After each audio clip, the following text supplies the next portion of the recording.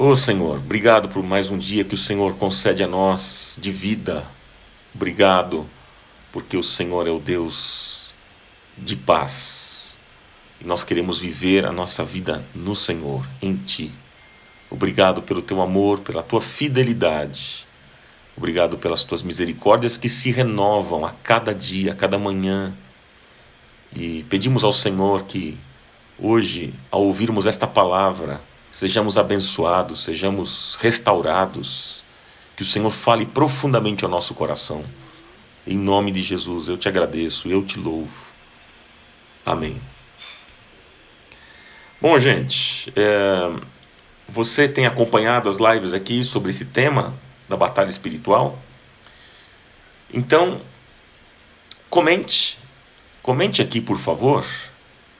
Faça um comentário sobre o que é que Deus tem falado com você. Eu coloquei aqui para vocês, fixei o tema de hoje.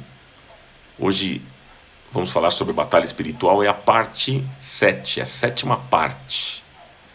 Mas comente comigo, eu quero saber o que é que você está aprendendo, o que é que Deus tem falado com você nesses nossos encontros. Então, comente aí, por favor, pode ser? Quero ler o seu comentário. Comente o que é que você tem aprendido aqui sobre o tema da batalha espiritual. Fale apenas sobre o tema que nós temos falado, não fale outras coisas. Não, vamos falar do tema da batalha espiritual. O que é que você está aprendendo sobre esse tema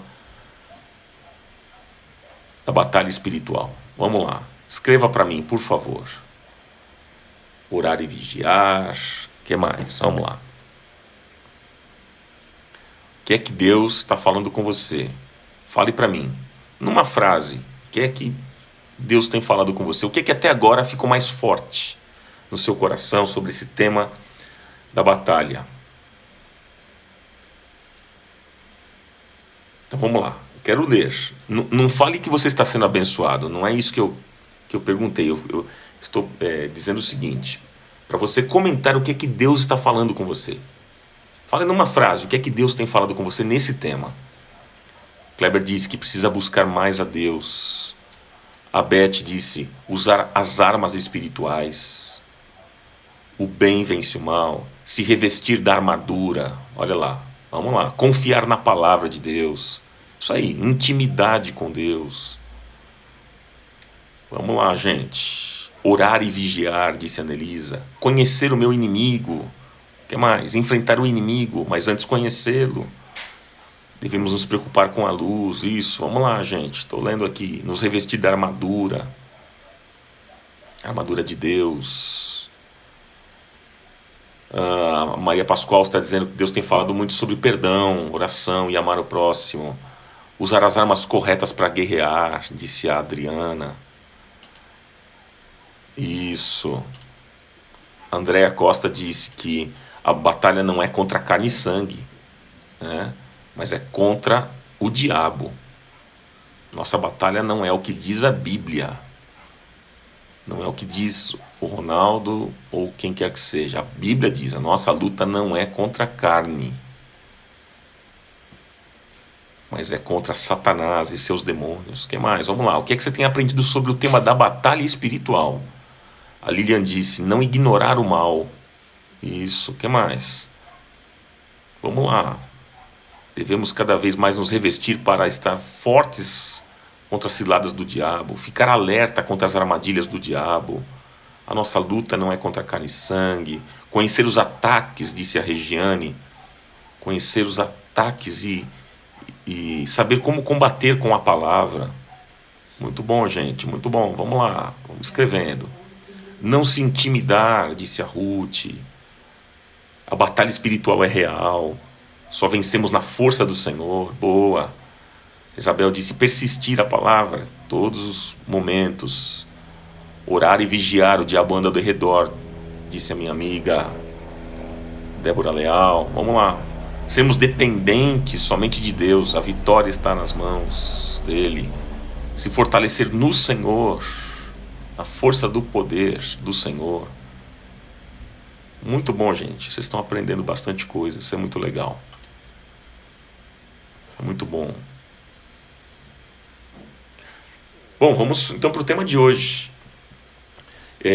Eu deixei o texto para vocês também, de Marcos, no capítulo 9.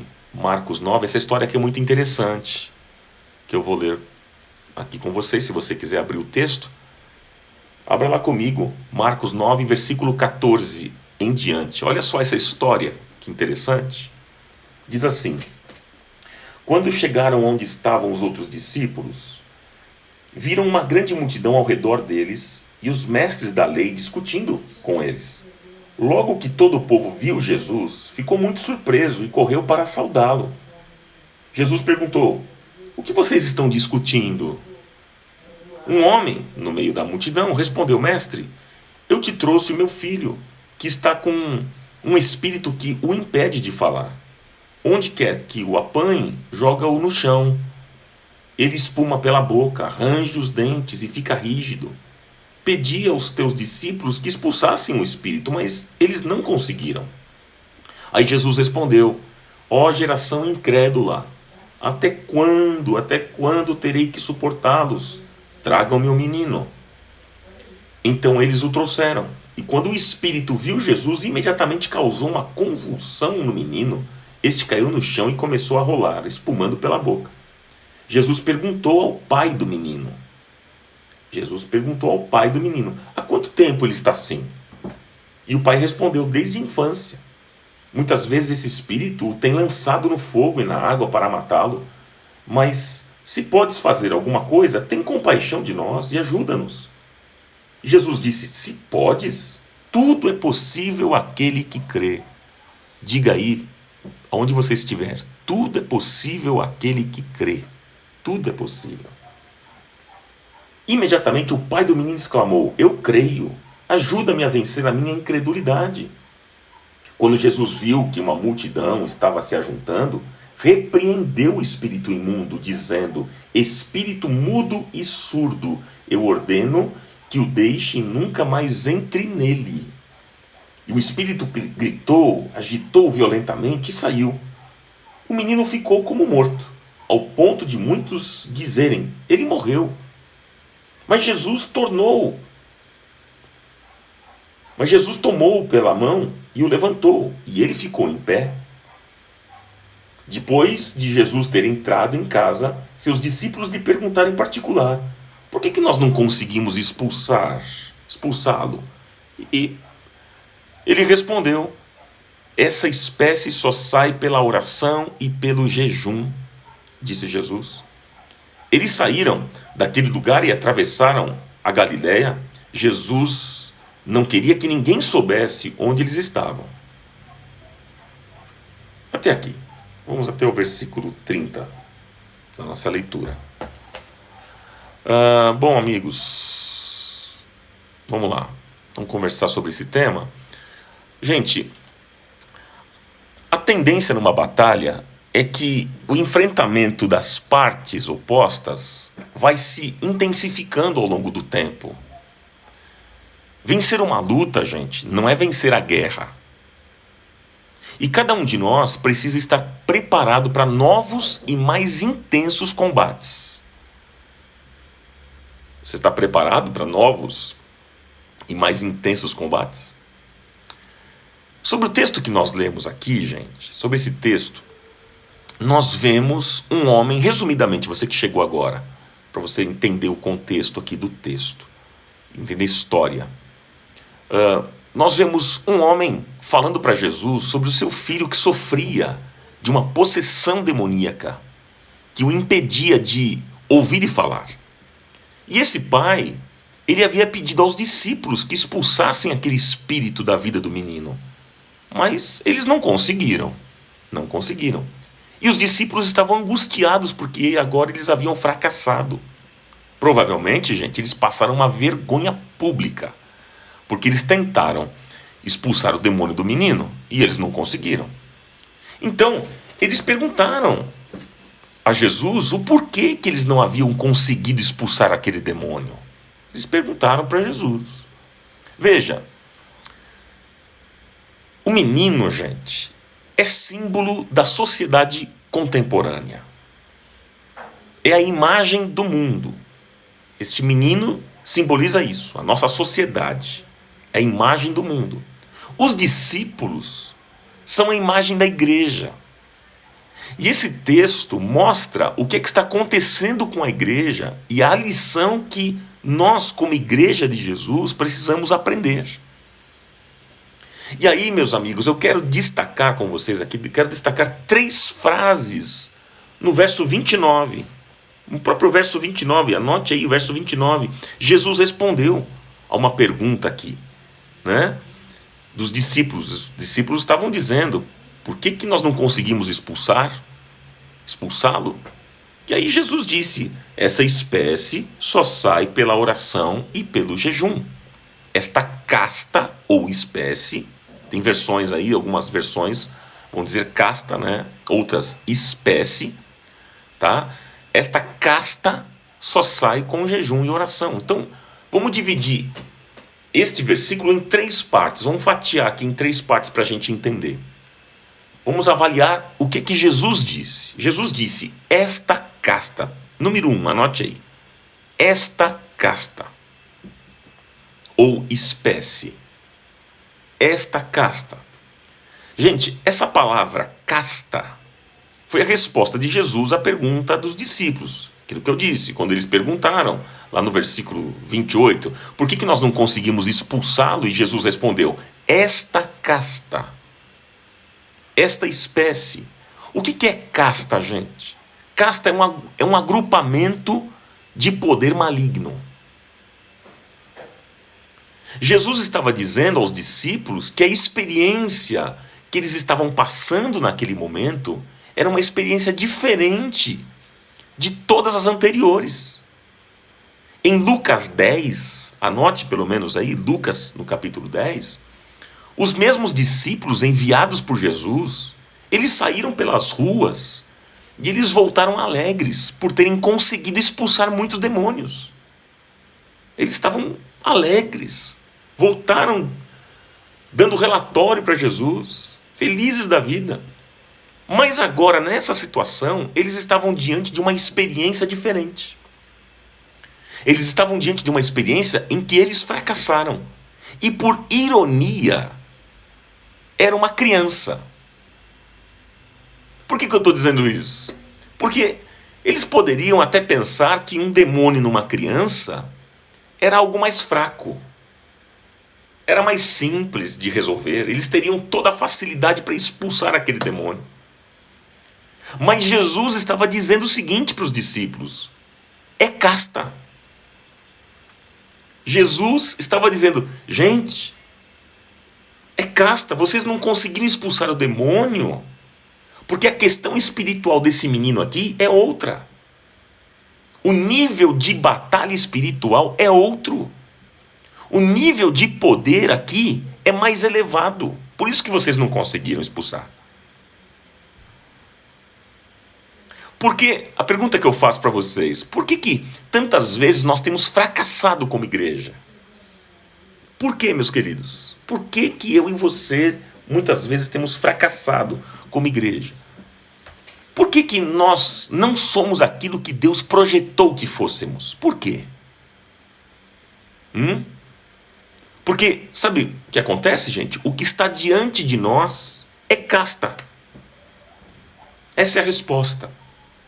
Porque o que está diante de nós é casta. A situação, ela é mais complexa do que a gente pode imaginar. O que está diante da tua vida, o que está diante da tua família, diante da igreja, muitas vezes é casta. É casta. Quando nós olhamos para a sociedade, meus amigos, nós vemos uma degradação tão grande, não é verdade? O mundo está no maligno. O mundo jaz no maligno. O mundo está debaixo de uma autoridade maligna. Quando nós vemos, por exemplo, minorias sendo oprimidas, discriminação ao negro, discriminação ao pobre, às vezes discriminação às mulheres, não é verdade? Pessoas sendo humilhadas, pessoas sendo esmagadas na sua estima e todo tipo de miséria. Isso é casta. É casta. Quando a gente vê, por exemplo, na Cracolândia, em São Paulo, pessoas viciadas, dependentes químicos, famílias destruídas, crianças abusadas sexualmente, o que nós temos diante de nós é casta. Quando nós olhamos para fora da igreja, nós nos deparamos com um sistema, com uma coisa alarmante, terrível, pesada, destrutiva. Mas o problema, gente, eu estou falando de um olhar para fora, né? Quando a gente olha para fora da igreja. Mas o problema é quando a gente começa a olhar para dentro da igreja. E aí a gente percebe algumas coisas que eu vou mostrar para vocês. Quando a gente olha para dentro da igreja, a gente vê e percebe uma falta de preparo. Uma falta de preparo. O que nós temos, o que a gente tem visto na igreja brasileira? Hein? Nós vemos, por exemplo, nós vemos uma pregação que não transforma mais. Nós vemos uma pregação que não provoca mudanças. Nós vemos uma igreja que abandona a oração ou que ora muito pouco. Nós vemos uma igreja que não faz mais diferença no mundo. Ao contrário, nós vemos o mundo invadindo a igreja cada vez mais. Nós vemos crentes apenas religiosos, só religiosos. Nós vemos pessoas descompromissadas com a obra, pessoas descompromissadas com o reino, com a igreja. Nós vemos uma igreja em que muitas vezes os líderes, os pastores precisam implorar para que os membros sirvam a Deus. Que triste isso. Nós vemos na igreja crentes egoístas que entram nos templos, nos prédios, apenas para buscar bênçãos para si. Nós vemos, gente, as verdades de Deus sendo relativizadas. Hoje tudo é relativo. Hoje tudo é relativo. Nós vemos crentes carnais, crentes indolentes, inoperantes, incrédulos e que não creem no poder do Espírito Santo. Uma igreja fria, né?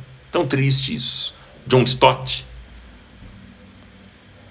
tão conhecido, ele disse o seguinte, que forças malignas não podem impedir o avivamento. Veja só, gente, forças malignas não conseguem impedir o avivamento, não é isso que impede.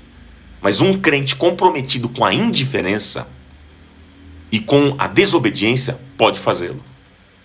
Esse é o problema. O que é que pode impedir a obra do Espírito Santo entre nós, amigos? É a nossa própria carnalidade. Não é verdade? Um certo pregador, em lágrimas, ele disse o seguinte: eu fui procurar a igreja e encontrei a igreja no mundo. E eu fui procurar o mundo e o encontrei na igreja. Forte, né? Vou repetir o que ele disse. Eu fui procurar a igreja e a encontrei no mundo. E fui procurar o mundo e o encontrei na igreja. Gente, hoje em dia o mundo e a igreja se confundem. Antigamente, né? Os crentes, eles eram vistos de maneira diferente. Eles eram vistos como o povo que amava a palavra de Deus. Era visto como o povo se dedicava à oração. Era diferente. Estar nos cultos, participar dos encontros dominicais, era uma alegria. E todos diziam: alegrei-me quando me disseram, vamos à casa do Senhor. É impressionante. Eu lembro da minha fase de infância, depois adolescência, que na nossa comunidade, meu pai pastoreando, a gente ia nos 2 cultos, pela manhã e noite. E não tinha como negociar, não. Ah, pai, mas amanhã tem prova na escola. Então, você estuda à tarde. O culto era de manhã e outra noite, então você estuda à tarde. Ou então estuda no final de semana, estuda durante a semana. Mas domingo, eu cresci com aquela ideia, com aquela mentalidade que o domingo é o dia do Senhor. Domingo é o primeiro dia da semana, nós vamos dedicar É a primícia. Domingo é dia do Senhor. Assim que eu cresci. E como foi importante. Hoje em dia, gente, ir à igreja, é claro que nesse momento nós sabemos que não tem como fazer isso em função da pandemia e não temos essa autorização. Mas o que eu mostro para vocês é que hoje em dia, quando se fala se envolver com a obra de Deus, ir à igreja, as pessoas não têm mais esse compromisso. Hoje em dia, gente, ir à casa do Senhor para muita gente é um peso. Teve uma pesquisa americana que disse que a média das pessoas estarem frequentando a sua comunidade de fé é 2 vezes no mês. De 4 cultos, a média é 2 vezes. As pessoas vão um sim, um não, um sim, um não. E a coisa vai piorando, vai piorar. Né? Ir à casa de Deus, nesse sentido de estarmos reunidos, congregando, para muita gente é um peso. Por quê? Porque há tanta coisa para fazer, há tanto dinheiro para ganhar, há tantos passeios para fazer. Ah, Ronaldo, eu tenho que lavar o cachorro no domingo, que eu não tenho outro dia para fazer isso, então domingo de manhã eu vou lavar o meu cachorro. Ou então lavar o meu carro. É assim. Não troque o introcável. Não faça isso. Não faça isso. Parece que ir à igreja para muitos é apenas um detalhe. E esse negócio de congregar, de orar, de ler a Bíblia, isso é coisa que hoje em dia parece que está fora de moda, pessoal.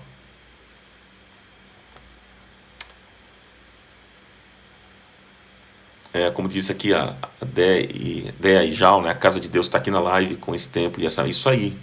Hoje nós estamos aqui. Olha que importante. Estamos congregando, estamos juntos, né? Estamos juntos. E eu fico muito feliz quando vocês estão aqui participando desse encontro. A gente não pode estar presencial, mas temos a oportunidade de congregar aqui. Isso aqui se torna uma prioridade para você? Parece que para muita gente, essa questão do estar junto, do congregar, do meditar na palavra, do ouvir a mensagem de Deus, isso aí já está fora de moda. Gente, nós precisamos ser despertados para a realidade de guerra que nós estamos vivendo. Amigos, nós não podemos nos iludir pelo número de pessoas que frequentam os nossos templos. Há muitas igrejas, sim, hoje, de pessoas vazias. Vocês sabem disso. E nós precisamos clamar para que a nossa comunidade de fé seja uma igreja do coração de Deus, uma igreja que reflita a Deus, que busque a Deus, que ame a Deus, que sirva a Deus, uma igreja que tenha prazer em estar junta.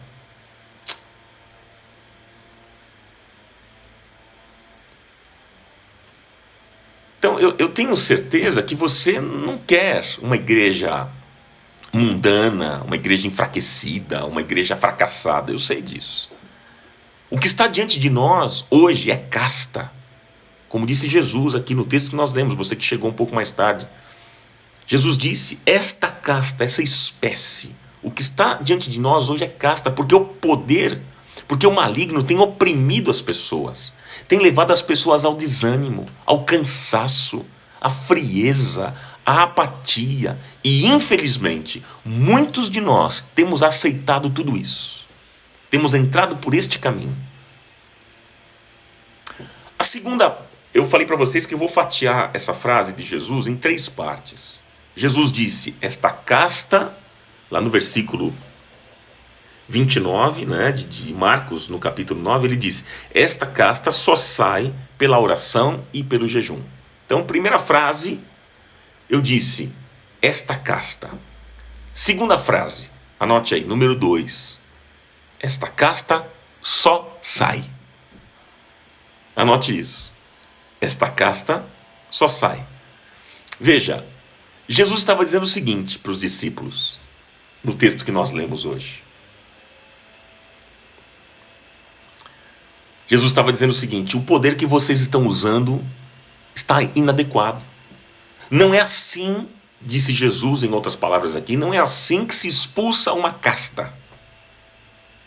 Vocês não irão vencer essa casta com esse mesmo poder. Esse poder, Jesus estava dizendo para os discípulos, esse poder que vocês têm hoje é limitado. Veja que, como eu disse para vocês, em Lucas 10, os discípulos estavam alegres porque eles haviam conseguido expulsar demônios e tal, mas agora eles estão diante de uma situação que o demônio não saiu da vida do menino. E Jesus estava dizendo, olha, o poder que vocês têm aqui é limitado. Vocês não irão vencer esta casta com esse mesmo poder. Vocês precisam de um poder maior para encarar a casta que está aí fora. Jesus estava dizendo. Os discípulos, gente, haviam tentado expulsar o demônio daquele menino. Tiveram boa vontade, uma boa intenção, é verdade.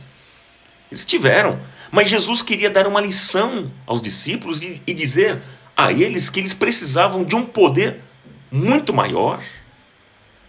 Isso nos mostra, meus amigos, como nós estamos ainda muito limitados diante destas castas. Pergunto para você, você acha que é simples uma igreja assumir um trabalho com pessoas dependentes químicas, que estão vivendo num inferno e sendo atormentadas por demônios? Você acha que isso é simples? Você acha que é simples uma igreja distribuir alimentos para pessoas pobres, que estão sofrendo e sendo oprimidas pelo diabo? Você acha que é simples? Com que poder que nós queremos enfrentar estas coisas? Hein? Com que poder você tem enfrentado as crises na tua casa? Com que poder você tem enfrentado as crises do teu casamento? Com que poder você tem enfrentado as crises da tua família, do teu trabalho? Eu já passei por lutas na minha vida e eu sei que você também passou por lutas na sua vida. No mundo nós temos aflições mesmo, enfrentamos lutas, é verdade, mas um dia eu precisei entender que por trás de tudo haviam poderes espirituais do inferno querendo me destruir, assim como com você também. Muitas vezes nós lutamos contra os problemas da vida, meus amigos, com as armas erradas, com o poder errado, de forma errada. E se nós continuarmos com o poder inadequado, nós iremos continuar na mediocridade. E a igreja, num modo geral, está beirando a mediocridade. O povo sofre porque lhe falta conhecimento, diz as Escrituras. A palavra de Deus diz isso. O povo sofre porque falta conhecimento. Lhe falta conhecimento. Nós temos usado o poder errado. Nós não temos conhecido as Escrituras e nem o poder de Deus. Aí, sabe o que acontece, gente? Eu vou dizer para vocês o que acontece. A gente cria metodologia de trabalho na igreja. Não, vamos criar uma metodologia agora para dar certo. Vamos criar uma metodologia nova para a igreja. Aí a gente faz culto diferente, faz culto de todo tipo, né? A gente faz culto para jovens, culto para os adultos, culto para as mulheres, culto para os homens, culto para os idosos, culto para cima, culto para baixo, culto para o lado, culto para o outro. Nós criamos movimentos, fazemos eventos, conferências, trazemos os melhores pregadores, achando que tudo isso que vai resolver o problema da igreja. A gente tem essa ideia de que são essas coisas que resolvem o problema da igreja. Mas o que vai resolver o problema da igreja, amigos, é um avivamento espiritual. Nós precisamos ter uma verdadeira experiência com o Espírito Santo de Deus. E esse Espírito precisa ser derramado sobre a nossa vida. Então, meus amigos, é tempo de nós dobrarmos os nossos joelhos. É tempo mesmo de nós nos humilharmos, nos arrependermos dos nossos pecados e nos quebrantarmos na presença de Deus. Nós precisamos. E a Bíblia diz que o coração quebrantado, Deus não despreza.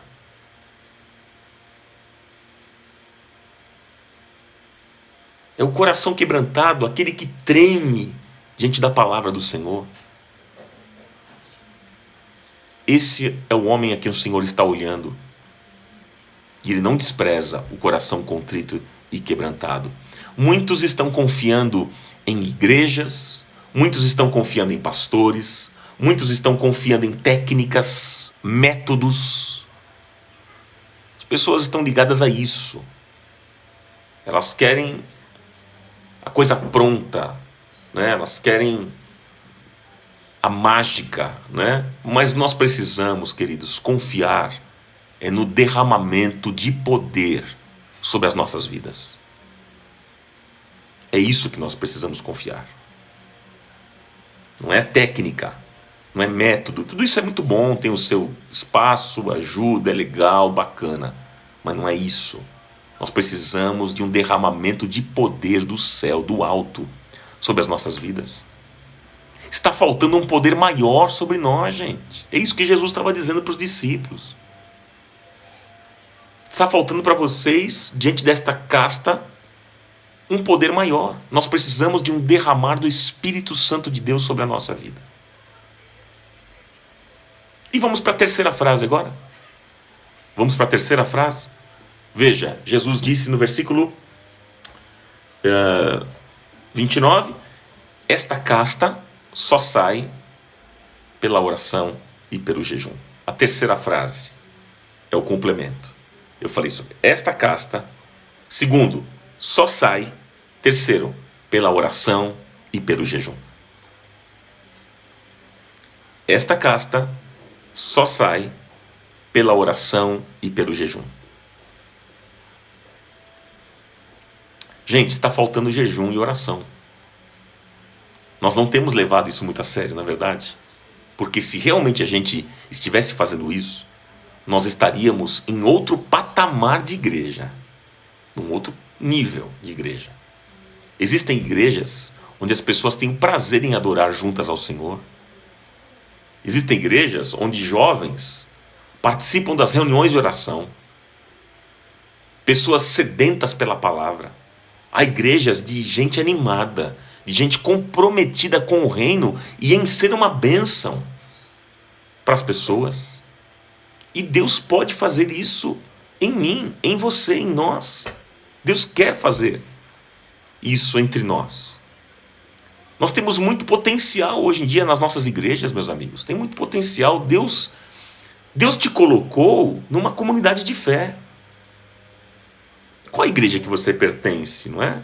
Qual é a denominação que você faz parte? Deus te colocou lá, numa comunidade de fé. E se Deus te colocou ali, Ele tem um propósito na tua vida. Creia nisso. Nós temos muito potencial em nossas igrejas. Temos, eu não tenho dúvida disso. Muita gente talentosa, vocês sabem disso. Temos muito potencial em nossas igrejas para sermos muito mais do que somos e para fazermos muito mais do que fazemos. Mas nós temos que acordar. Nós temos que despertar, amigos. Nós não podemos nos conformar com aquilo que nós já conquistamos. Nós desejamos ver, e nós precisamos desejar ver a comunidade que nós frequentamos, uma comunidade frutificando, refletindo o nome de Jesus, destruindo as barreiras do inferno, acabando com as obras de Satanás em nossa cidade. Enfim, nós precisamos desejar ver uma igreja viva, uma igreja ativa na nossa cidade. Você deseja isso também? Você deseja? Nós precisamos orar mais. Nós precisamos jejuar mais. E clamarmos por um revestimento novo de poder. Agora entenda o jejum. Jejum não é sacrifício do corpo. Não é isso que Deus quer. Jejum é tempo para Deus. Absoluto. É um tempo onde eu renuncio o alimento. Eu renuncio. Às vezes, ou é o café da manhã, ou o almoço, ou a janta. Eu renuncio o alimento naquele tempo para quê? Para buscar a Deus e me humilhar na presença dEle. Esse é o jejum. Jejum é tempo para Deus, absoluto. Então, você que tem dúvida em relação ao jejum, é isso. De maneira simples, a gente pode até, num outro dia, aprofundar sobre esse tema. Né? Então o jejum é isso, é o tempo para Deus que você dá. E esse tempo é de meditação na palavra e oração. Você dedica um tempo, por exemplo, eu vou dedicar esse tempo, não vou almoçar, por exemplo. não vou almoçar. Nesse tempo do almoço eu vou dedicar para buscar a Deus, para meditar a palavra, para orar, para me humilhar na presença de Deus, para buscar a Deus. Eu vou renunciar a este alimento, vou renunciar a esta minha refeição para buscar a Deus e a sua palavra.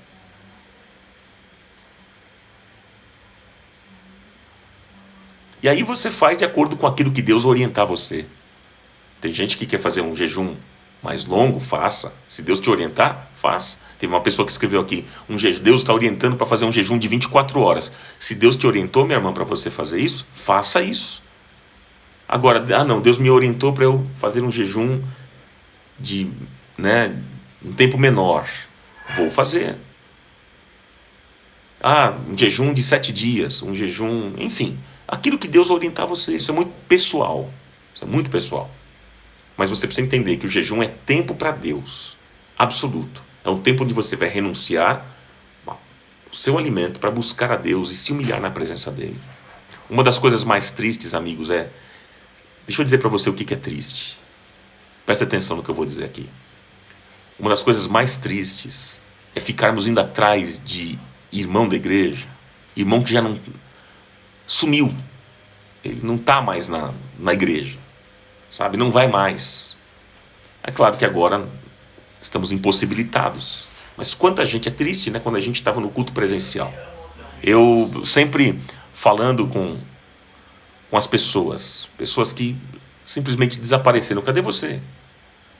É tão ruim isso. Você ficar indo atrás de irmãos que não estão indo mais, que não tem mais contato com as coisas de Deus. Porque nós deveríamos ir atrás daquele que é novo na fé. Ou daquele que está enfermo. Esse sim. Mas infelizmente tem muitas pessoas que são crianças na fé. E que a gente precisa ficar fazendo cafuné. Porque elas não crescem. Elas não crescem. São pessoas fracas, pessoas melindrosas, pessoas que se ofendem por qualquer coisa. Isso é infantilidade espiritual, meus irmãos. Isso é infantilidade espiritual. Muitos ficam atrás dos pastores pedindo oração. Gente, é claro que nós queremos, como pastor que eu sou, e os pastores da nossa comunidade, nós queremos sim orar por vocês. Óbvio. Mas o que eu quero mostrar para vocês é uma outra coisa. Tem gente que fica viciado nisso. Em ir atrás de profetisa, de pastor. São os viciados nisso. Ora por mim, ora por mim, ora. E aí eu pergunto para você que faz isso, com muito respeito e amor. Pergunto, você tem buscado a Deus?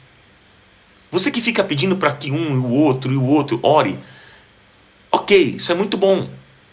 É importante isso. Porém, você tem orado a Deus? Você tem clamado? Você tem colocado o rosto no pó? Você tem jejuado? Ou você tem ido atrás do poder do outro? Gente, o dia que nós clamarmos juntos e tivermos intimidade com o Senhor, nós seremos libertos e Deus vai agir.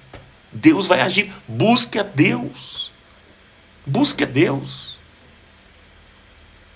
E eu quero caminhar para o final aqui, para nós orarmos. Porque eu quero orar por você, óbvio. Quero fazer isso. Mas eu quero,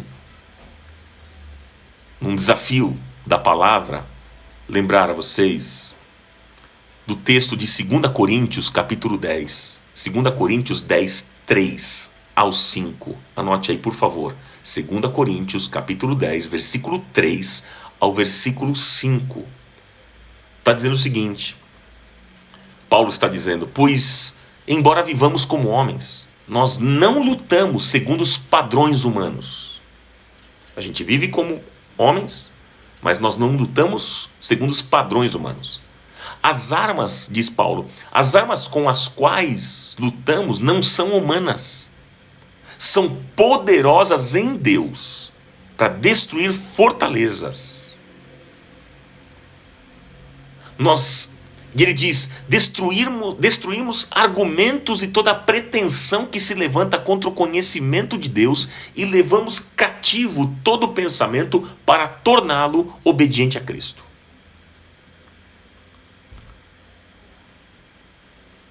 Então, amigos, Se você é um cristão genuíno, você está envolvido numa grande batalha espiritual. Ah, mas eu não gosto de pensar nisso. Mas não tem jeito, eu não gosto de pensar no mal, não gosto de pensar no diabo. É claro que o nosso foco é Jesus, é verdade, mas a gente não pode negar. O diabo existe, mesmo você querendo ou não pensar nisso, o mal existe, o diabo existe e ele quer atacar você. Você querendo pensar nisso ou não, querendo mencionar o nome do diabo ou não, isso não muda. Ele veio para roubar, para matar e para destruir. Por isso que você e eu, nós precisamos estar preparados para enfrentar essa luta. Nós não estamos sozinhos, meus amigos. Deus está conosco nesta batalha. Você crê nisso? Deus está com você nesta batalha. E a Bíblia nos ensina como nos prepararmos para toda batalha espiritual. E eu desejo que esse desafio desperte você. Hoje, desperte a sua casa, a sua vida, a sua comunidade de fé. Você deseja estar preparado para esta batalha? Você deseja? Agora, gente, somente buscando esse poder e esse derramamento é que nós vamos enfrentar todo tipo de casta. É buscando esse poder, através da oração, do jejum, buscando esse derramamento do Espírito Santo, é que nós vamos enfrentar todo tipo de casta. Que esta verdade que ouvimos aqui, nesta manhã, se cumpra em nós, para que o reino de Deus avance e o nome do Senhor Jesus seja glorificado e exaltado pelos séculos dos séculos. Amém. Eu quero orar com você e orar por você, em nome de Jesus. Pai, a Tua palavra é viva, Tua palavra é lâmpada para os nossos pés e luz para o nosso caminho. Obrigado, Pai, pela Tua palavra nesta manhã, que foi ministrada aos nossos corações. Obrigado porque sabemos que o Senhor está conosco. Nós vimos e temos estudado que nós estamos numa batalha. Mas a Tua presença nesta batalha faz toda a diferença. A Tua presença faz toda a diferença. Pai, ajuda-nos. Venha nos fortalecer nesta batalha. Nós vamos lutar nesta batalha na força do Senhor. Não na nossa própria capacidade humana, na força do nosso braço, não. Mas é na força do Senhor. Ô Senhor, capacita-nos, dá-nos graça, dá-nos sensibilidade, dá-nos discernimento, dá-nos discernimento. Como nós precisamos disso. Há tantas vozes sendo faladas hoje em dia, neste mundo, e nós precisamos ter o discernimento para entender e saber o que vem realmente de Ti. Ajuda-nos, Pai, para que não entremos no engano do diabo, porque ele é sutil. Ele é sutil e nós podemos entrar no engano de Satanás. Ajuda-nos, Senhor, e abençoa-nos, Pai. Em nome de Jesus, nós queremos buscar este poder. Nós queremos buscar este derramamento. Porque com este poder e com este derramamento que nós vamos conseguir enfrentar todo tipo de casta. Todo tipo de casta. Como nós hoje meditamos nesta história do livro de Marcos no capítulo 9. Ajuda-nos, Senhor, que esta verdade se cumpra em nós, para que o Teu reino avance e o Teu nome seja exaltado. Eu quero orar aqui pelos meus irmãos, pedir que a Tua graça e o Teu favor esteja sobre a vida deles. Sejam tocados por Ti onde eles estiverem agora. Pessoas que estão sofrendo, pessoas que estão tristes, pessoas que estão vivendo famílias enlutadas. Senhor, derrama a Tua graça, o Teu consolo. Por favor, Senhor, abençoa, Senhor, e protege. Protege os meus amigos, Senhor. Dá livramento para eles, Senhor, de Não permita nenhuma contaminação com este vírus maldito.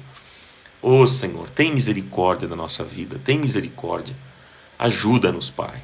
Sara a nossa terra, Senhor. Sara o Brasil. Sara o mundo, Senhor, que tanto precisa de Ti. Em nome de Jesus, em nome de Jesus. As Tuas mãos são mãos que curam, são mãos que abençoam, são mãos que levantam. Portanto, estenda a Tua mão sobre nós. Estenda a Tua mão sobre a nossa vida, sobre a nossa casa. Ô Pai, estenda a Tua mão sobre o Brasil. Estenda a Tua mão, Senhor, e sara a nossa nação.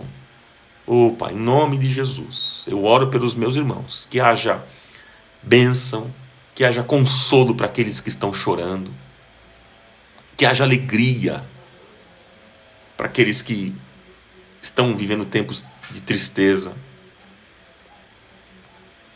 Ô Senhor, por favor, que haja, Senhor, consolo para aqueles que estão nesse momento chorando uma perda de um familiar, de um ente querido. Ô Pai, em nome de Jesus, enxugue as lágrimas.